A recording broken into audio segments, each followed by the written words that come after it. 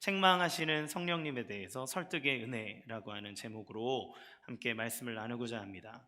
최근 한 초등학교 교사가 자기가 가르쳤던 교실에서 극단적인 선택을 하는 사건이 일어났고, 그 사건으로 인해서 그동안 공공연하게 알고 있긴 했지만 묵혀 있었던 교권 침해에 대한 목소리가 전국적으로 터져나오기 시작했습니다. 수많은 교권을 침해하는 사례들이 올라오기 시작했는데, 놀라운 사실은 그렇다라고 생각은 하고 있었지만 생각하는 것 이상으로 교권은 아예 밑바닥에 있었고, 아이들은 선생님을 존경하지 않았고 부모도 선생님을 존중하지 않았다는 겁니다. 그리고 무엇보다 아이들은 무엇이 옳고 그른 것인지를 판단하지 못하는 모습들이 보이나, 그런 아이들을 가르치고 훈육할 수 없는 교사의 무기력한 모습도 낱낱이 드러나게 됐다는 거예요. 과거에는 너무 무식하게 학생들을 때리고 존중하지 못한 부분이 문제가 되었죠. 여러분 뭐 다 웬만한 분들 아시죠? 그렇죠? 네, 저도 저희 학교 선생님이 이렇게 항상 들고 다니는 게 하키 스틱이었습니다. 하키 스틱으로 딱이 맞으면 이게 되게 기분 나빠요. 저기다 놔두고 이렇게 돌리면 이렇게 탁탁탁 이렇게 하거든요. 네. 그때 너무 뭐 맞는 이야기하면 뭐 어마어마하죠. 그런데 이제는 학생의 인권을 너무 챙겨주다 보니까 올바른 교육이 이루어지지 않고 있다는 사실은 그저 놀라울 뿐입니다. 우리는 여기에서 올바른 교육이라고 하는 것은 옳고 그름에 대해서 확실하게 가르쳐야 한다는 것에 의견이 모아지고 있다는 사실을 주목해야 돼요. 그저 마음을 살피고 마음을 다치지 않게 하기 위해서 그 아이의 마음을 인정하고 위로하는 것에만 집중하느라 옳고 그름에 대한 것을 가르치지 않는다면 그것은 올바른 교육이 될 수 없다는 것이죠. 문제는 그동안 우리가 마음을 다치지 않은 것에만 초점을 맞추었기 때문에 학생들에게, 자녀들에게 의로움에 대해서는 올바르게 가르치고 훈육하지 못하는 모습이 이 교육계 안에 있었다는 겁니다. 학생의 인권은 더할 나위 없이 중요하죠. 하지만 미성년자라고 하는 것은 아직 미숙하고 가르침을 받아야 되는 자리에 있기 때문에 그들은 부모와 선생님으로부터 올바름에 대한 것을 받아야 되고 가르침을 받아야 되고, 그렇지 못할 경우에 책망을 받으며 옳은 길로 이끌림을 받아야 된다는 것입니다. 마음이 상하는 것 이상으로 옳고 그름에 대한 분명한 판단도 필요하기 때문에 그래요. 그런데 이런 생각은 우리의 신앙생활에서도 동일한 문제로 나타납니다. 우리가 세상을 살아가다 보니까 힘들어 어려운 일을 만나고 지치고 쓰러지는 일들이 있죠. 우리는 사람들과의 관계 속에서 상처를 받습니다. 지나온 삶의 시간들을 되짚어 보면 기쁘고 즐거웠던 시간보다는 대부분 노력하고 애쓰고 힘들고 고생했던 시간들이 대부분이에요. 그래서 그 야곱이 파라오 앞에 섰을 때 나이가 어떻게 되냐 하니까 내 나그네 인생 130년인데 험악한 세월을 살았다, 이렇게 얘기하거든요. 그러다 보니 우리는 늘 삶을 살아가며 생활이 윤택해지고 또 누릴 수 있는 것이 많아질수록 위로받는 것에 집중합니다. 그래서 하나님께 나아갈 때도 하나님이 우리를 위로해 주시고 우리의 눈물을 닦아주시고 우리를 품에 안아주시는 그러한 은혜를 경험하며 하나님 앞에 나오는 경우들이 너무나 많죠. 우리가 성령에 대해서 말씀을 듣고 있는데 성령님을 어떤 분이라고 소개했습니까? 인격적인 분으로 보혜사, 즉 은혜로 우리를 도우시는 분, 영원토록 함께 하시며 우리의 연약함을 도우시는 분이라고 했습니다. 그래서 성령님은 우리를 보호하시고 우리의 연약함을 알기 때문에 우리가 진리를 알지 못할 때에도 우리를 위해서 말할 수 없는 탄식으로 기도해 주시는 그러한 너무나 사랑이 많은 분이죠. 또한 진리의 영으로서 우리의 구원자여 진리 되신 예수님을 증언하여 알게 하시는 선생님이십니다. 그렇기 때문에 인격자로서 그분은 따뜻하고 우리를 사랑하고 품어주시는 사랑의 하나님으로서 우리 가운데 존재한다고 말씀드렸어요. 그런데 문제가 무엇입니까? 우리의 신앙이 여기에 머물러 있다는 것이 문제입니다. 위로받고 하나님의 사랑과 평안을 누리는 것은 너무너무 좋은 일인데, 그런데 하나님의 자녀로서 부름을 받았을 때 거룩한 삶으로 나아가고 성장하는 힘이 없어져 버리는 거예요. 사랑하는 성도 여러분, 성령님은 이 자체, 우리가 위로받고 그저 보듬어지는 데에 멈추시는 분임을 알아야 합니다. 하나님은 우리를 구원하셨어요. 왜요? 하나님의 자녀로 삼기 위해서입니다. 자녀 삼았다는 것은 우리를 사랑한다는 표현인데, 보듬어주고 안는다는 표현이기도 하지만 우리의 수준을 더 온전하게 끌어올리시기 위해서 거룩하게 연단하며 시키신다는 것을 알아야 돼요. 따라서 성령님은 거룩하지 않은 것을 그대로 내버려 두지 않으십니다. 잘못된 것을 바로잡고 죄에 대해서는 분명하게 말씀하며 책망하시는 분이라고 성경은 얘기해요. 그래서 오늘은 우리가 그동안 잘 생각해 보지 못했던 성령님의 중요한 또 다른 사역인 책망의 사역에 대해서 함께 알아보고자 합니다. 자, 그러면 첫 번째, 책망하시는 사역이라는 하는 게 무엇일까요? 오늘 예수님은 성령님의 또 다른 모습을 말씀하시는데 8절 말씀 같이 읽겠습니다. 시작. 그가 와서 죄에 대하여, 의에 대하여, 심판에 대하여 세상을 책망하시리라. 무엇을 얘기합니까? 성령님의 중요한 사역 중에 하나가 책망이라고 얘기하는데, 그러면 책망을 받는 대상이 누구냐라고 하는 거예요. 그것은 바로 세상입니다. 세상은 누구를 말합니까? 예수님을 온전하게 믿지 못하는 불신자들을 얘기해요. 왜 갑자기 세상을 책망하는 사역을 말씀하실까요? 오늘 본문의 1절에서 7절까지 말씀을 보면 예수님은 제자들을 비롯한 그리스도인들이 그들이 예수님을 믿는 것 때문에 세상에서 핍박을 받고 죽임을 당하고 배척당할 것이라고 얘기하십니다. 그런데 예수님은 또 하늘로 올라가시는 거예요. 그러면 제자들이 얼마나 두렵겠습니까? 지금 있어도 이렇게 대적받고 사람들이 공격하는데 예수님이 계시지 않는다면 얼마나 두려울까요? 그런 그들에게 오히려 내가 너희를 떠나는 것이 더 유익하다고 말씀하세요. 왜요? 지상에 계시는 동안 예수님은 우리의 죄를 짊어지기 위한 연약한 모습으로 오신 겁니다. 죄인으로 오신 거예요. 그래서 예수님은 지상의 삶을 사시는 동안 끝없이 배척당하고 끝없이 핍박당하고 끝없이 사람들에게 공격당하셨습니다. 그게 죄인의 모습으로 오신 예수님이 이 땅을 살아가는 때 사람들이 세상이 예수님을 대하는 모습이에요. 그런데 예수님이 자기의 사역을 다 마치고 승천하신다는 건 하나님으로서, 왕으로서 등극하는 것이기 때문에 그 세상이 예수님을 무시할 수 없는 위치로 올라가신다는 것을 의미합니다.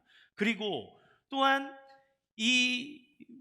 이제까지 예수님과 함께 있었던 제자들은 공간적인 제약을 받았지만 예수님이 올라가심으로 우리와 함께하는 또 다른 보혜사인 성령을 우리에게 보내실 것인데, 그분은 영임으로 모든 믿는 자들과 함께하여 우리를 지키고 도우시는 분으로 우리를 보내주실 것이기 때문에 예수님이 올라가시는 것이 우리에게 더 유익이라고 얘기하는 거예요. 자, 그러면 이 성령님이 세상에 공격을 당하는 제자들을 향해서 어떤 일을 하시나요? 이제까지 성령님의 역할을 우리가 이야기를 들었을 때 우리를 도와주고 성도를 지켜주는 분으로 묘사했습니다. 성도들의 믿음을 지켜주고 증언을 강하게 해주셨어요. 또한 예수님의 가르침을 성도들이 상기할 수 있도록 해주셨습니다. 이런 성령의 보혜사로서의 역할은, 우리가 줄곧 들어왔던 역할들은 주로 방어적인 역할이죠. 그렇죠? 성도가 세상을 살아갈 때 공격들을 막아내고 그 진리들을 방어하는 일들이었어요. 그런데 오늘 이야기하는 성령의 역할은 공격적입니다. 공세적이에요. 하나님의 법정 앞에서 예수님을 믿는 자를 변호하던 변호사가 이제는 세상, 예수님을 거부하고 하나님의 백성들을 핍박하는 자들에 대해서 고소인이 되시는 겁니다. 그들의 죄를 낱낱이 드러내고 세상에 알려서 그들이 그에 따른 심판을 받도록 공격하시는 것이 성령의 또 다른 모습이라는 거예요. 따라서 우리가 하나님의 말씀이 아니라 세상을 따라 살아간다면 성령이 그 죄와 그러한 예수님을 인정하지 않는 것에 대해서 책망하시는 것을 보게 된다는 말도 되는 것입니다. 그러면 성령이 책망하시는 것은 무엇입니까? 그 내용은 죄와 의와 심판에 대해서 잘못 생각하고 있는 것을 낱낱이 드러내시는 거예요. 성령이 책망하신다는 것은 인격적인 의지를 가지고 관철시키고자 하는 목표가 있다는 것을 의미합니다. 이 책망 사역 또한, 그렇기 때문에 책망 사역 또한 그분이 인격자라고 하는 걸 보여주죠. 인간의 생각보다 더 고결한 목표, 즉 그 성령 하나님이 가지고 계신 하나님으로서의 교육적인 가치관을 가지고 인간을 대하신다라고 하는 거예요. 그러면 이 책망하는 사역이라고 하는 건 구체적으로 어떤 것을 의미할까요? 이 책망하다라고 하는 헬라어 단어는 엘렌코라는 단어를 씁니다. 엘렌코라는 단어는 세 가지 뜻을 가지고 있는데, 첫 번째로 누구에게 무엇을 확신하게 하다, 그러니까 그것이 분명히 무엇인지를 보여주는 거고, 두 번째, 노출시키다, 그러니까 빛을 비춰서 환히 드러나게 해서 그것이 낱낱이 드러나게 하는 거예요. 세 번째는 누구를 교정하거나 징벌하다라고 하는 뜻을 갖고 있습니다. 그래서 이러한 뜻을 가지고 성경을 여러 가지 언어로 번역할 때, 또 영어나 또 우리말에서도 번역할 때 각자의 그러한 강조하는 부분들을 쓰게 되는데, 오늘 본문에 대해서 NASB라는 영어 성경에서는 convict라는 단어를 써요. 그러니까 유죄를 선언하고 정죄하는 사역을 얘기하는 거죠. 죄와 의와 심판에 대해서, 세상이 가지고 있는 잘못된 생각에 대해서 성령은 그것이 잘못됐다고 하는 유죄를 입증할 것이고, 그리고 그것을 드러내어 정죄할 거라고 얘기합니다. 두 번째, NIV 성경에서는 convincing이라는 단어를 써요. 그러니까 세상이 잘못됐다는 것에 대해서 세상을 확신시켜 주시는 사역, 빛을 비추듯 환하게 비춰서 숨은 부분이 하나도 없이 막 드러나는 확실한 증거와 함께 죄악을 밝히시는 겁니다. 우리가 피부과 가면 피부가 깨끗한 줄 알았는데 빛을 비추면 여기 막 기미와 이런 게 막 다 드러나지 않습니까? 그러니까 숨겨져 있는 모든 것들을 빛을 비춰 밝히 드러내요. 그것이 잘못됐다라고 하는 것들을 입증하는, 잘못을 입증하는 사역을 하시는 것을 이 엘렌코라는 단어에 대해서 얘기하는 거예요. 따라서 엘렌코, 즉 책망하다라고 하는 것은 드러내어서 유죄를 판결하는 것, 그리고 또한 그 드러난 것들로 인해 사람이 깨달음으로 다시 한번 이것이 나의 죄고 잘못된 것이라고 하는 것을 깨달아 회심에 이르는 사역으로 연결될 수 있다는 것을 보여줘요. 끝까지 거부하는 자들에게는 하나님 앞에 정죄를 받아라 그의 죄에 대한 심판을 받게 하는 것이고, 그것을 깨달아 하나님 앞에 나와 회개하고 삶을 돌이키는 자는 회심의 은혜를 누리게 하는 설득의 은혜가 이 엘렌코라고 하는 단어 안에 포함되어져 있습니다. 결국 성령 하나님께서 책망하신다는 것은 주관적으로 죄를 깨닫게 하고 회심하는 것을 포함하는 말이라고 볼 수 있어요. 상대방이 변명할 수 없는 논리를 통해서 죄를 드러나게 하고 회개에 이르게 하는 사역입니다. 또한 죄가 드러났을 때 이 죄를 어떻게 할 수 없는 그 사람들에게 모든 죄를 짊어져 이것을 용서하시는 그리스도 예수를 통한 사랑의 복음에 대해서 무지하거나 오해가 없도록 확실한 증거와 함께 진리를 받아들여 깨닫도록 하는 사역이 성령의 책망하는 사역에 포함된다는 겁니다. 그래서 여러분, 성령이 충만한 곳에는 반드시 회개의 역사가 일어나요. 자기 원하는 대로 내가 옳다고 살아가는 사람, 나만의 기준으로 나의 정의와 나의 신념으로 살아갔던 사람들이 성령님의 은혜와 설득을 당하게 되면 이게 죄였구나 라고 하는 것을 깨닫게 됩니다. 이것이 잘못된 것이구나, 내가 살아갔던 삶의 모습이 그저 나는 이게 옳다고 살았는데 이것이 잘못되었구나 라고 하는 것에 대해서 완벽하게 설득당하는 겁니다. 많은 사람들, 교회에 조금 발을 담갔던 사람들, 그리고 신앙생활을 하지만 온전하게 하나님의 말씀 안에서 자기의 변화를 맛보지 못했던 사람들은 오해하는 것이 이런 영역이에요. 그저 기독교는 아무렇게나 죄짓고 살다가 그저 잘못했습니다, 용서해 주세요, 그러면 구원받은 걸로 생각하는, 그냥 아무렇게나 용서해 주는 종교로 생각하는데 아무것도 모르는 무식한 소리입니다. 성령은 철저하게 죄를 드러내고 회개하게 합니다. 1907년도에 평양의 대부흥, 기독교 역사, 그러니까 전 세계의 기독교 역사에서 기록될 만한 놀라운 부흥이 평양에서 1907년도에 일어났습니다. 그때 장대현 교회에서 10일 동안 부흥 사경회가 열렸는데, 그때 당시 장로였던 길선주 장로, 나중에 길선주 목사님이 되시는 그분이 설교를 했어요. 그날 밤 설교할 때에 일어났던 일을 당시의 장대현 교회의 또 다른 장로이신 정인로 장로님이라는 분이 증언하기를 이렇게 얘기합니다. 그날 밤 길선주 목사의 얼굴은 위엄과 능력이 가득 찬 얼굴이었고 순결과 성결로 불붙는 얼굴이었다. 그는 길 목사가 아니라 예수님이었다. 길선주 목사는 소경이어서 시력이 너무 나빴다고 합니다. 너무 소경이어서 나를 보지 못하였을 터이나 나는 그의 앞에서 도피할 수 없었다. 하나님이 나를 불러놓은 것으로만 생각되었다. 전에 경험하지 못한 죄에 대한 굉장한 두려움이 나를 엄습하였다. 어떻게 하면 이 죄를 떨어버리고 도피할 수 있을까? 나는 몹시 번민하였다.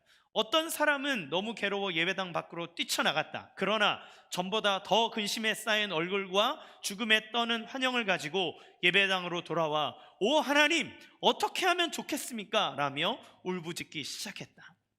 어떤 사람들은 이 평양에서 있었던 사건을 평양의 오순절 사건이라고 표현하기도 합니다. 사도행전에 나왔던 오순절에 베드로의 설교로 인하여 수많은 사람들이 자기의 죄를 회개하고 돌아오는 일이 있었던 것처럼 하나님의 성령이 그 가운데 임하였을 때 그동안 아무렇지도 않게 불법을 행하고 그냥 사람들 안에서 이렇게 사는 게 다 세상 사는 거 아니야? 라고 말했던 사람들이 하나님의 성령의 역사함 속에 죄를 깨닫게 되고 가슴 아파하며 울부짖던 모습이 그 부흥의 현장에 일어나기 시작했고 그것은 한국교회의 부흥의 시작이 되었습니다. 여러분 성령님을 통해서 그 죄가 드러나게 되면 얼마나 철저하게 더러운 것이고 악한 것인지를 알게 돼요. 우리가 범죄자들이 경찰서에 가거나 조사를 받을 때 내가 뭐 그렇게 잘못했냐 나도 이렇게 했다 저렇게 했다 라고 얘기하지만 그 사람 앞에서 하나하나 낱낱하게 증거들을 들여내밀고 CCTV를 보여주고 반박할 수 없는 것들로 그에게 드러냈을 때 나중에 자기는 막 변명을 해도 결국에 그 죄가 드러남으로 굴복할 수밖에 없게 되는 것처럼 성령이 하시는 이 책망의 사역은 우리가 그동안 암암리의 사람들 안에서 쟤도 그렇고 나도 그렇고 뭐 다 그런데 이 정도는 사는데 괜찮은 거 아니야? 라고 했던 모든 영역에 대해 죄를 드러나게 하는 겁니다. 그냥 죄를 지어도 괜찮은 것이 기독교가 아니라 죄에 대한 철저한 회개와 삶을 돌이키게 하는 것이 성령의 사역이라고 얘기해요. 그래서 대구동신교회 김성수 목사님은 논박이라는 단어를 씁니다. 그래서 완벽한 논리로서 그를 설득하고 그를 죽이는 거예요. 아무것도 변명할 수 없게 그를 찍어 누르는 것이 성령의 책망하는 사역이다 라고 얘기합니다. 그러면 여러분 이 책망의 내용은 무엇일까요? 첫 번째 죄에 대해서 책망한다고 얘기합니다. 9절 말씀 같이 읽겠습니다. 시작. 죄에 대하여라 함은 그들이 나를 믿지 아니하며. 여러분 죄라고 하는 것이 무엇이라고 얘기하나요? 예수님을 온전히 믿지 않는 것이 죄다라고 지금 성경은 얘기합니다. 왜 예수님을 믿지 않는 것이 죄가 됩니까? 모든 사람이 죄를 범하였기 때문에 하나님의 영광에 이르지 못했다라고 성경은 얘기해요. 여러분 죄라고 얘기하면 우리는 살인이나 간음이나 사기나 이런 죄의 종류들을 얘기하지만 성경이 말하는 하나님이 말하는 죄라고 하는 가장 근원적인 뜻은 어떤 기준으로부터 벗어난 것을 의미합니다. 그렇죠? 그러면 우리가 죄로 삼는 것은 무엇인가요? 우리가 법이라고 하는 기준 안에서 벗어난 것을 죄라고 합니다. 법정에서는 이 사람이 법이라고 하는 그 기준을 벗어났냐 그렇지 않느냐라고 하는 것을 통해서 이 사람의 유죄와 무죄의 여부를 가립니다. 기준에서 벗어난 것이에요. 그러면 하나님 앞에서 죄라고 하는 것은 무엇이나요? 하나님의 법의 기준에 따라 그것에 대해서 벗어났느냐 그렇지 않느냐를 판단하실 겁니다. 그러면 하나님의 법은 얼마나 엄격한가? 하나님은 완전한 의라고 성경은 얘기합니다. 그런 하나님 앞에서 얼마나 깨끗해야 하나요? 예수님은 마음으로 지은 죄도 그의 행동과 똑같은 죄라고 얘기합니다. 살인을 해야만 살인자가 아니라 그 마음속에 형제를 향해서 다른 사람을 향해서 저런 놈은 죽여버리고 싶다라고 마음을 품었다면 그 또한 하나님 앞에서 살인죄로 여긴다는 거예요. 여인을 보고 이성을 보고 음란한 생각을 했다면 너가 행동으로서 그 간음한 것이 아니라 할지라도 너는 너의 배우자와 너의 사람들 앞에서 이미 간음한 것이라고 예수님은 이야기합니다. 그러니까 예수님은 마음으로 지은 죄도 하나님 앞에서는 행동과 똑같은 죄라고 얘기해요. 근데 여러분, 종교 안에 심오한 경지에 들어가면 이러한 이야기들이 나옵니다. 여러분 잘 아시는 그 불교 안에서도 7개 지옥의 관문이 있잖아요. 그 사람이 7개의 지옥의 관문을 통과해야 나중에 극락으로 들어가게 되는데, 마지막 일곱 번째 관문이 뭡니까? 마음으로 지은 죄. 마음으로 지은 죄. 그러면 여러분, 마음으로 지은 죄에 대해서 자유할 사람이 있습니까? 성철 스님이 생전에 고행을 닦으며 불도를 막 했을 때 결국 그 마음속에 그가 고백한 게 뭐였냐면, 겉으로 자기가 행동하지 않고 사람들의 말하는 거는 다 지킬 수 있는데 불쑥불쑥 내 마음속에 솟아나는 이 마음속에 일어나는 죄는 자기가 아무리 막으려고 해도 막을 수가 없다는 거예요. 잠깐 지워버릴 수는 있을지 모르지만 불쑥불쑥 올라오는 이 죄성으로 인해 흘러나오는 마음은 어쩔 수 없다라고 하는 걸 얘기하죠. 그러면 여러분, 이 논리대로 얘기하면 어느 누구도 하나님이라고 하는 절대 의의 앞에서 죄에 대해 자유로울 수 없다는 것을 얘기해요. 성경은 이러한 것을 탐심의 마음이라고 얘기합니다. 탐심이라는 게 뭐예요? 아직 저질러지지 않는, 일어나지 않는, 사건화되지 않는 것이지만 그런 어떤 욕망이 내 마음 속에서 꿈틀거리고 요동치고 있는 것, 그것을 탐심이라고 얘기해요. 그런 마음들이 하나님 앞에서 나중에 낱낱이 드러나기 시작했을 때, 그것이 낱낱이 드러나기 시작했을 때 내가 의롭게 살았습니다, 나는 구원받을 만한 사람입니다, 나는 죄를 짓지 않는 사람입니다라고 말할 수 있는 자가 누가 있겠습니까? 어느 누구도 하나님 앞에서 죄에 대해 자유로울 수 없다는 것이 성경의 선언이고, 또한 모든 사람들의 그 진리를 수호하고자 하는 모든 그 진리를 탐구하는 자들의 마음에 동일한 마음을 줍니다. 모두 다 그 죄가 낱낱이 드러나 정죄를 받게 된다라고 성경은 얘기해요. 그러면 누가 이 하나님 앞에서 죄에 대하여 용서함을 받아 구원을 받을 수 있겠습니까? 사람의 의로서는 어느 누구도 그 죄를 해결할 길이 없어요. 여러분, 죄를 지은 사람이 착한 일을 하면 죄를 삭감받습니까? 아니죠. 그 죄는 그대로 있는 겁니다. 그러면 우리의 인생에서 착한 일을 해서 천국에 간다는 것, 착한 일을 해서 극락에 간다는 말은 거짓말이에요. 왜요? 내가 지은 죄는 그 죄로 남아있는 거고, 선한 일은 선한 일 그대로 있는 것이기 때문에 그래요. 내가 어떤 사람을 죽였는데 앞으로 고아 100명을 막 도와준다 그래서 내 죄가 없어지는 것이 아닙니다. 그 죄는 죄의 값을 치러야 되는 거예요. 그러면 하나님의 기준과 법 아래서 우리가 어느 누가 인생을 살아가며 그 죄에 대해 용서받을 수 있는 길이 있을 수 있단 말입니까? 불가능하다는 겁니다. 그러면 하나님은 이 구원받을 수 없는 인간에 대해서 어떤 해결을 주셨나요?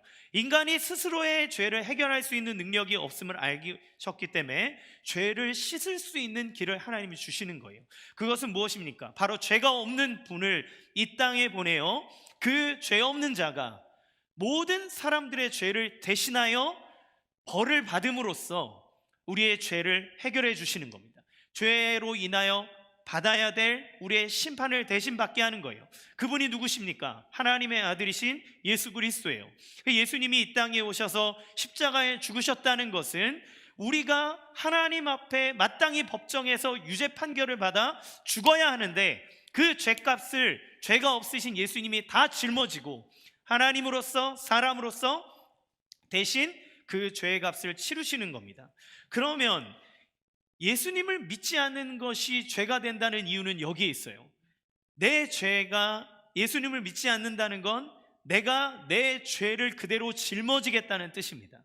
하나님이 구원하고자 하기 위해서 우리에게 주시는, 예수님을 통해 주시는 구원의 길을 인정하지 않고 하나님의 구원의 방법을 무시한 거예요. 따라서 예수님을 믿지 않는 것은 하나님을 인정하지 않는 거고, 하나님이 열어놓으신 유일한 죄를 사하여 구원받을 수 있는 길을 거부한 겁니다. 그 길을 거부했다는 건 내가 내 죄에 대해서 내가 책임지겠다라고 하는 겁니다. 그러면 그 사람이 살아온 삶의 생각과 태도, 마음에 먹은 그 모든 것들에 대해서 성령은 정죄하고 책망하고 하나님의 심판대 앞에서 그 죄에 대한 값을 반드시 치르게 된다라고 하는 걸 얘기해요.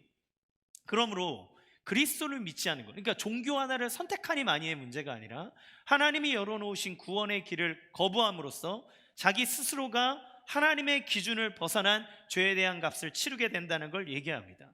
두 번째, 의에 대해서 책망하십니다. 10절 말씀 같이 읽겠습니다. 시작. 의에 대하여라 함은 내가 아버지께로 가니 너희가 다시 나를 보지 못하며. 예수님이 하나님께로 가시는데 그게 왜 의가 될까요? 예수님은 우리의 죄를 대신 짊어지기 위해서 인간의 몸을 입고 이 땅에 오셨다 그랬습니다. 그러기 위해서는 그가 인간의 죄를 다 짊어지고 인간을 대신해서 죄값을 치르기 위해서 필연적으로 필요한 조건이 있어요. 무엇입니까? 그가 죄가 없어야 된다는 거예요. 그러면 예수님이 33년 대략 한 30여 년의 삶을 사셨는데, 그러면 그가 인간으로 살아가는 동안 그는 마음으로 행동으로 그 모든 영역에 있어서 하나님의 뜻과 완전히 일치되는 의로운 삶을 살아야만, 그래야만 그는 우리의 죄를 대신 짊어지는 구원자가 될 수 있습니다. 그가 죄를 지었다면 그는 자기의 죄 때문에 심판을 받는 일이 되기 때문에 그래요. 그런데 예수님은 이 모든 것을 완수하셨어요. 왜 알 수 있습니까? 십자가에 달리시면서 그가 모든 것을 다 이루었다라고 선언하시고 운명하셨습니다. 그런데 그가 죽음 안에서 머물러 있었던 것이 아니라 무덤의 사망의 권세를 깨고 부활하셨어요. 부활하셨다는 것은 무엇을 의미합니까? 그가 하나님 앞에서 완전한 의로운 존재였고 하나님 앞에 완전하신 사람으로서 죄가 없었다는 것을 의미합니다. 또한 그가 하나님으로서 완전히 의로운 자라고 하는 것을 증명하는 거예요. 그가 죽음 상태로 그대로 있었다면 그러면 그는 그 죄에 의해서 죽임을 당한 한낱 인간에 불과하겠지만, 예수가 부활함으로써 하나님의 의로운 자라고 하는 것을 증명하신 겁니다. 그리고 승천하여 하늘 보좌에 앉으셨을 때 하나님으로서 완전한 의로움을 이루신 존재로서 자기의 삶과 사역 그 모든 것을 증명하신 거예요. 그의 부활은 그의 의로움을 증명한 사건이 되는 겁니다. 그런데 완전하신 의가 되시는 예수님이 이 세상에 계셨다가 하늘로 가셨어요. 그러면 어떻게 됩니까? 유일한 의로운 존재가 이 세상을 떠나는 거예요. 떠나는 겁니다. 그러면 이 세상에 하나님 앞에 내세울 의로움이 무엇이 있겠습니까? 어느 누구도 그 마음에서부터, 아무리 좋은 업적을 가지고 있다 해도 그 마음에서부터, 삶에서부터 오는 죄에 대한 문제에 대해서 하나님 앞에 의로움을 증명할 리가 없습니다. 그래서 예수님은 또 다른 보혜사이신 성령을 우리 가운데 보내사 하나님의 의가 되신 예수님의 구원을 우리 가운데 적용하고, 예수님을 받아들이는 자가 성령을 받음으로써 그 예수님을 믿는 자가 예수님의 의로움을 덧입는, 내가 비록 죄인이지만 이제 예수님이 내 죄를 다 가지고 가셔서 죄값을 치러주셨기에 이제는 의롭다고 칭함을 받을 수 있는 칭의의 사람이 되도록 하시는 거예요. 하나님의 진노의 칼날이 우리를 향해 심판하고자 하실 때 성령을 품은 그 자의 마음에 그리스도가 이미 그 모든 죄값을 다 치르셨으므로 그 진노와 책망이 피해가게 되는 겁니다. 자, 그래서 이 하나님 예수님을 믿는 자만이 예수를 통해 자신의 죄를 해결받고 예수님의 의를 받을 수 있으므로 하나님의 심판의 법정에서 죄가 씻었음을 인정받을 수 있기 때문에 예수님이 승천하신 것이 하나님의 의의 증거가 되고 우리를 의롭다고 선언하시는 기준이 되는 겁니다. 그래서 예수님을 믿음으로 우리는 성령으로 인한 그 죄에 대한 책망에서 벗어날 수 있는 거예요. 세 번째, 심판에 대해서 책망하십니다. 11절 같이 읽겠습니다. 시작. 심판에 대하여라 함은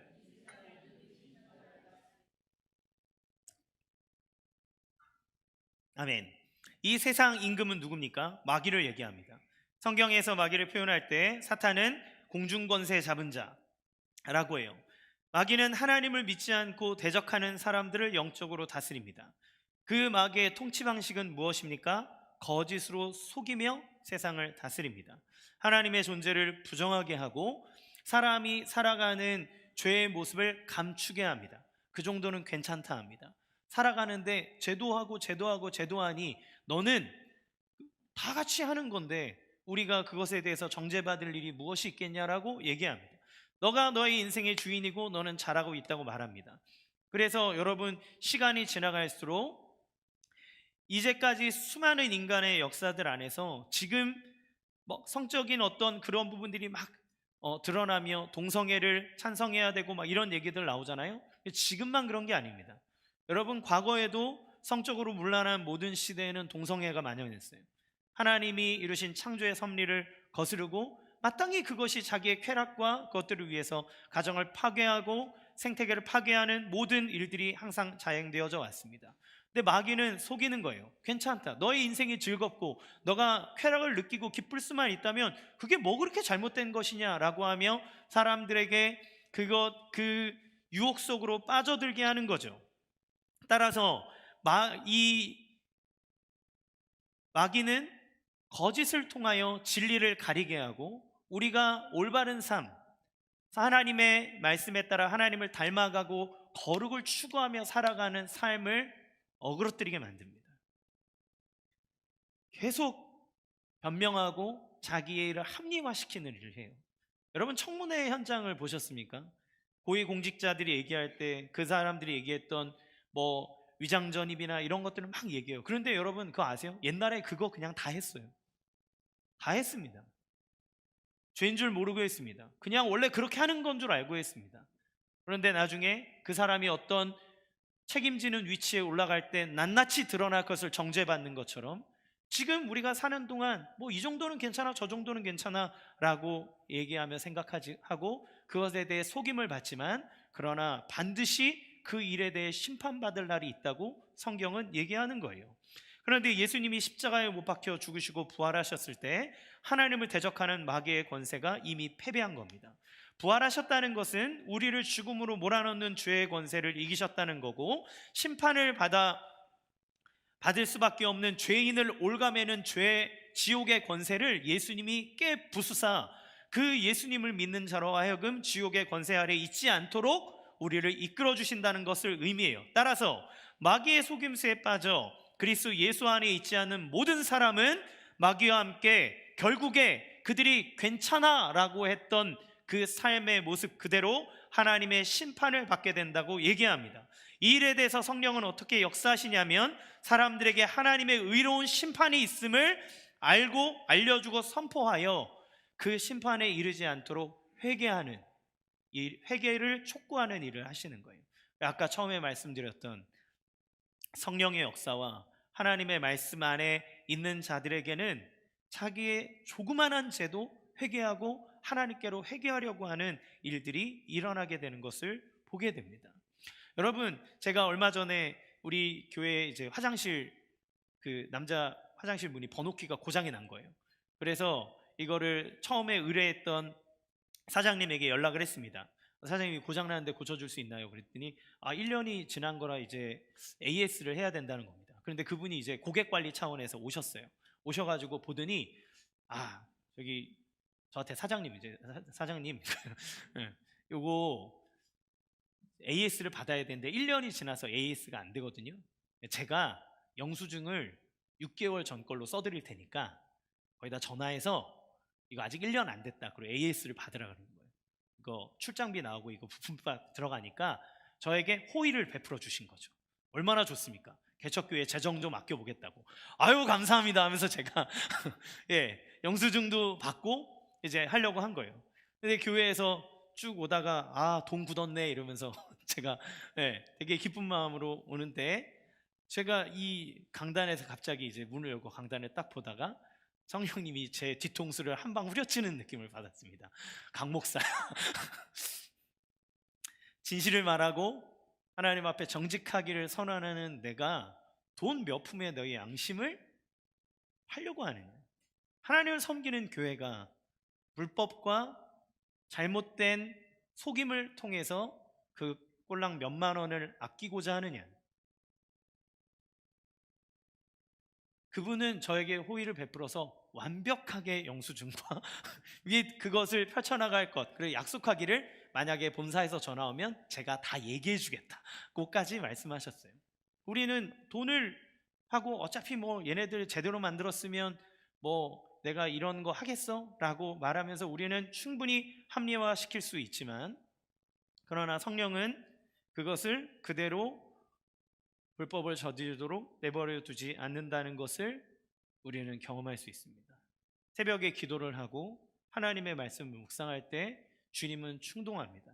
그것이 죄라고, 그것은 너희가 벗어나야 될 유혹이라고, 그것이 괜찮다라고 말하는 마귀의 음성을 듣지 말라고 우리를 강하게 설득합니다. 재정적인 손해를 본다 할지라도, 내가 이득을 볼 수 있는 길을 포기한다 할지라도, 그럼에도 불구하고 하나님은 그 작은 것마저도 우리에게 죄라고 알려주시고 올바르게 하도록 하는 거죠. 그래서 영수증을 회개하고 AS 연락해서 정당한 값을 지불하고 화장실 문을 고쳤습니다. 우리는 순간순간 속임과 괜찮다라고 하는 어떤 음성들을 통해 우리의 삶을 속여나가지만 성령은 우리를 선하게 이끌어 주시는 거죠. 그러면 세 번째, 성령님이 책망하시는 사역에 대해서 우리는 어떻게 반응해야 하는가라고 하는 실천에 대해 알아보기 원합니다. 첫 번째, 항상 말씀의 진리 안에서 자신을 올바르게 판단해야 합니다. 기독교가 욕을 먹는 이유가 무엇인가요? 그것은 하나님의 말씀을 안다고 얘기하면서 말씀대로 살지 않는 삶을 산다는 겁니다. 그러면서도 나는 구원을 받았고 나는 용서받았다고 말하는 그 모습이 사람들에게 역겹게 느껴지는 겁니다. 여러분, 혹시 성령님이 여러분에게 책망하고 계신다는 것을 잊고 있지는 않은지요? 여러분, 여러분의 죄에 대해서 이야기하고 여러분이 거룩한 삶으로 나아가도록 여러분을 충동하고 논리로 찍어 누르며 여러분을 설득하시는 성령의 음성을 듣고 계십니까? 여러분, 우리가 신앙생활할 때 자기 연민과 상처에만 빠져 신세한탄하고 살아가면 절대로 하나님의 은혜와 능력을 경험할 수 없습니다. 얼마 전에 신림동 묻지마 살인범 이야기를 보셨죠? 그 사람이 보면 자기의 범행에 대해서 얘기하기를 자신의 삶의 신세한탄을 계속합니다. 자기의 억울한 것만 묵상하며 살아왔다는 것을 우리는 알 수 있어요. 그가 얘기하기를 또래 비슷한 남자아이들보다 자기가 키가 작고 능력이 없고 이런 것들에 대해서 늘 열등의식을 느끼며 살아왔다고 얘기합니다. 자세한 조사와 결과가 나와야 더 알겠지만, 그러나 여러 가지 정황과 상황을 볼 때 나 자신이 불행하니 그 불행을 묵상하고 그 연민에 빠져 살아가다 보니까 내가 그거를 극복하고 이겨내서 더 괜찮은 사람이 되고자 하는 올바른 생각이 아니라 세상을 탓하고 나와 비교 대상이 되는 또 다른 사람을 탓하는 그런 어리석은 돌이킬 수 없는 행동을 저지르는 것을 보게 돼요. 물론 우리는 그 정도까지는 아니라 할지라도 혹시 비슷한 패턴으로 살고 계시지는 않습니까? 하나님의 말씀 앞에 설득되시기를 원합니다. 하나님의 말씀 앞에 그 하나님께서 나를 향해 논박하고 나를 설득하고 그 논리와 지혜와 명철로서 내 삶에 거룩하지 않는 모든 부분들을 지적하고 책망하시는 성령의 음성에 무릎 꿇기 원합니다. 그것이 신앙인의 삶이에요. 그것이 그리스도 예수를 믿는 거룩한 자의 삶이라고 성경은 얘기합니다. 우리 성경을 통해 나의 죄를 지적하고 빠져나갈 수 없는 놀이를 통해 회개하도록 압박하시는 성령의 음성을 우리는 들어야 된다는 거예요. 날마다 주의 말씀 앞에 나가십시오. 주님 앞에 여러분의 삶을 올려드리며 기도하십시오. 그러면 성령은 여러분의 모습을 밝히 비춰 보여주실 겁니다. 내가 무심코 던졌던 그 말이 상대방에게 얼마나 상처를 주는지, 내가 나의 부모를 얼마나 존중하지 않았는지, 나의 자녀에 대해서 얼마나 무례했는지, 가정이나 사회나 직장이나 내가 얼마나 이기적이었는지 하나님은 말씀을 통해 우리를 깨닫게 하십니다. 깨닫게 하신다면 회개하십시오. 주님은 용서하십니다. 그리고 우리로 하여금 거룩의 삶을 살아가도록 힘을 주시는 것이 책망의 사역임을 알고 그 은혜 가운데 나아가기를 원합니다. 두 번째, 사랑의 마음으로 복음을 선명하게 알고 전해야 된다는 거예요. 성령이 세상, 즉 믿지 않는 사람들을 향해 그들이 진리로 돌이키도록 책망하시는 사역, 즉 설득하고 깨닫게 하시는 사역을 한다면 그러면 우리는 가만히 있으면 될까요? 아닙니다. 성령이 사용하시는 중요한 도구가 바로 믿는 사람이기 때문에 그래요. 사도행전 1장 8절 같이 읽겠습니다. 시작. 오직 성령이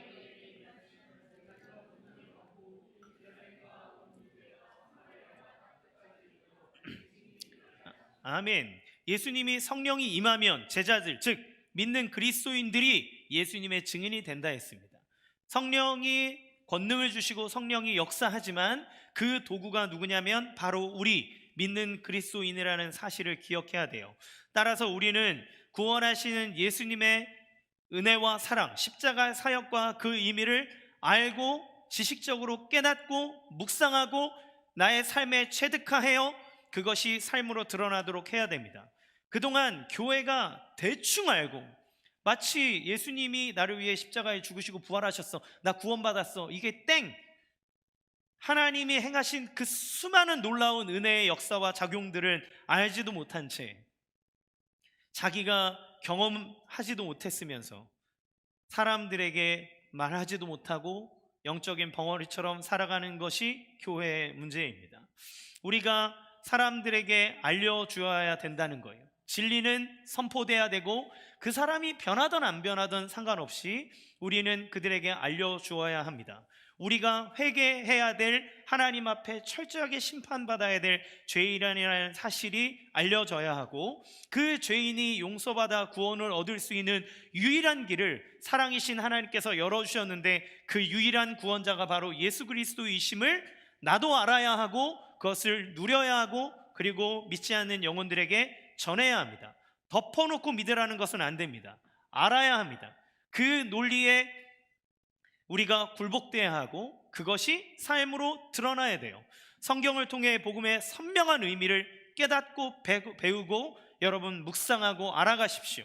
그리고 여러분의 삶으로서 은혜로 역사하는 변화된 삶을 사는 것 또한 사는 것을 통해 사람들에게 보여주는 겁니다. 성령의 책망하시는 사역은 죄를 지적하여 복음을 깨달아 은혜의 빛 가운데 나오게 하는 것이라 했습니다. 그러면 우리는 이 사역에 대해 어떤 행동을 해야 됩니까? 일일이 사람들에게 찾아다니며 죄를 지적해야 됩니까? 너 이거 잘못한 거야, 이거 회개해야 돼, 이것이 우리가 해야 되는 일인가요? 아닙니다. 이거는 누가 하냐면 이건 성령님이 하시는 거예요. 우리는 어떻게 해야 됩니까? 베드로전서 3장 15절 16절 같이 읽겠습니다. 시작.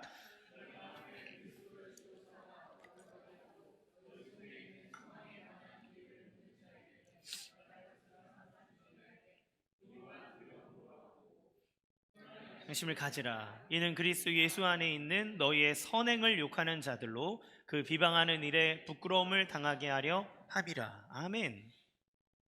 너희 마음에 그리스도를 주로 삼아 너희가 거룩하게 되라.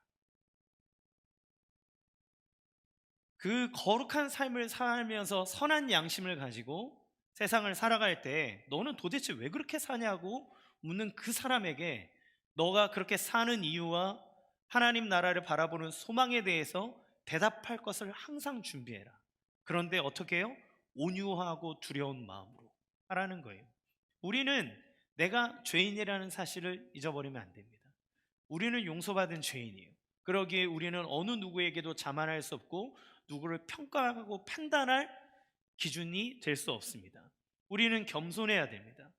내가 용서받았기에 내가 주의 사랑을 받은 자이기에 늘 겸손해야 됩니다. 사람들을 정죄하고 판단하는 것은 우리의 역할이 아닙니다. 그러면 어떻게 우리가 그들의 죄를 드러내고 어떻게 하나님을 알게 합니까? 그리스도인으로서 거룩한 삶을 살아내는 것을 통해 그들의 죄가 드러나게 하고 그들이 하나님 앞에 나오도록 해야 한다는 거예요. 그러니까 삶이 없이 그의 거룩함의 복음의 능력이 나타날 수 없음을 나타내는 겁니다. 제가 전도 폭발 훈련을 받을 때 경주에서 받았어요. 경주에 있는 경주제일교회라는 곳에서 받았는데 여러분 아시는 것처럼 경주는 불국사라고 하는 우리나라의 굴시의 절이 큰 절이 있지 않습니까? 그러니까 그 지역은 불교의 세력이 아주 강합니다. 그런데 이 경주제일교회라고 하는 곳은 오로지 전도 폭발에 대한 훈련 하나만 하거든요. 한 1,500명 정도 모이는 꽤 큰 교회인데, 여기는 권사님이나 나의 젊은 사람이나 할 것 없이 모두 다 항상 나가서 복음을 전합니다. 그런데 제가 여기에서 이제 전도 폭발 훈련, 그러니까 전도의 훈련을 받으러 갔을 때 임상 훈련을 받다 보니까 나중에 이걸 실습을 해야 돼요. 실습을, 전문을 가지고 복음을 전하는 실습을 하는데, 그때 믿지 않는 사람을 초청해서 그 사람에게 복음을 전합니다. 그런데 제가 이제 저는 이제 거기에 적이 없으니까 그 교회 성도가 자기 지인들을 이렇게 데리고 와서 복음을 듣게 해요. 그런데 제가 복음을 전해야 됐던 분이 어떤 분이셨냐면 승복을 만드는 분이셨습니다. 이제 그러니까 기독교 백화점처럼 절에 계속되어서 경제 활동을 하시는 분이 교회에 오신 거예요. 복음을 듣겠다고 오신 겁니다. 제가 너무 놀랐어요. 그래서 죄송한데 어떻게 여기까지 오시게 됐습니까? 라고 물어봤는데, 그 어떤 것보다 저에게 놀라운 충격이 그분의 입을 통해 나갔습니다. 이 교회 권사가 내 친구다. 이 교회 권사가 내 친구인데, 내가 이렇게 함께 모이는 몇 명의 친구들이 있고 몇십 년 동안 이 친구와 교제했는데, 나는 이 친구를 너무너무나 존경한다. 이 친구는 다른 친구와 다르다. 친구지만 존경스럽고, 그의 삶을 볼 때 나는 그 친구의 삶을 따라갈 수조차 없다. 그런데 내가 너무너무나 존경하는 친구가 중요한 이야기를 들려줄 게 있으니 나보고 오라 그래서 내가 왔다고 얘기를 하는 거예요. 그분은 교회와 같이 있을 수 없는 사람입니다. 교회에 나오는 순간 생업을 버려야 돼요. 물론 그분이 그 자리에서 예수님을 믿은 것도 아니었습니다. 왜냐하면 중간중간에 계속 전화가 와서 듣다 가셨어요. 그런데 거기까지 오는, 교회 안으로 들어오는 과정이 무엇이었냐면, 나는 이 교회 권사가 내 친구인데 그 권사인 내 친구는 내 인생을 통틀어서 가장 존경할 만한 친구다. 내 친구지만 존경하고 그의 말은 듣고 싶다 라고 하는 것이 이유였습니다. 그 그리스도의 은혜와 사랑 앞에 거룩함을 두고 살아가는 그 사람을 통하여 하나님은 믿지 않는 그 영혼이 주님 앞에 삶의 부끄러움을 느끼게 하고, 그의 말을 따라 주님 앞에 나오도록 이끌어 가시는 통로로 사용하시는 거죠. 교회가 왜 욕을 먹습니까? 우리의 삶에 왜 능력이 나타나지 않습니까? 성령이 우리를 책망하시고 진리를 드러나게 하는 모든 통로가 우리의 아니라고 알지 못하는 그러한 무지함 때문에 회개하지 않고 주님 앞에 거룩하게 나가지 않는 모습이 있다는 거예요. 따라서 우리는 우리의 믿지 않는 자들을 사랑하는 마음과 겸손한 마음으로 우리를 구원하신 예수님에 대한 완전한 진리를 깨달아 알고 공부하고, 그리고 우리의 삶을 통해 그것이 흘러나가 사람들에게 선포되도록 하는 것이 성령의 책망의 사역을 돕는 일이라는 것을 알 수 있습니다. 마지막 세 번째로 하나님 앞에 맡기며 기도해야 된다는 것입니다. 성공적인 전도란 오직 성령의 능력 안에서 그리스도만을 전하고 그 결과는 하나님께 맡기는 것이라고 얘기합니다. 우리가 복음을 전할 때 성령께서 상대방의 마음을 열고 그를 책망하며 설득하시도록 우리는 기도해야 합니다. 그분은 영이시기에 우리의 눈에 보이지 않지만 반드시 존재하고 우리 가운데 역사하고 지금도 우리 가운데 운행하며 하나님의 일을 하실 것을 믿기에 하나님이 하시도록 우리는 기도하는 거예요. 우리는 사람을 변화시키는 존재가 아닙니다. 변화시키고 자라게 하시는 분은 하나님입니다. 따라서 우리는 책망하시는 성령님, 설득하시는 성령님께 맡겨드리도록 우리의 기도를 쉬는 죄를 범치 않고, 우리의 사랑하는 영혼들을 위해서 또 아직 우리의 영혼이 주님 앞에 더 나아가지 못하고 있음을 안타까워하는 마음으로 주님 앞에 기도하는 거예요.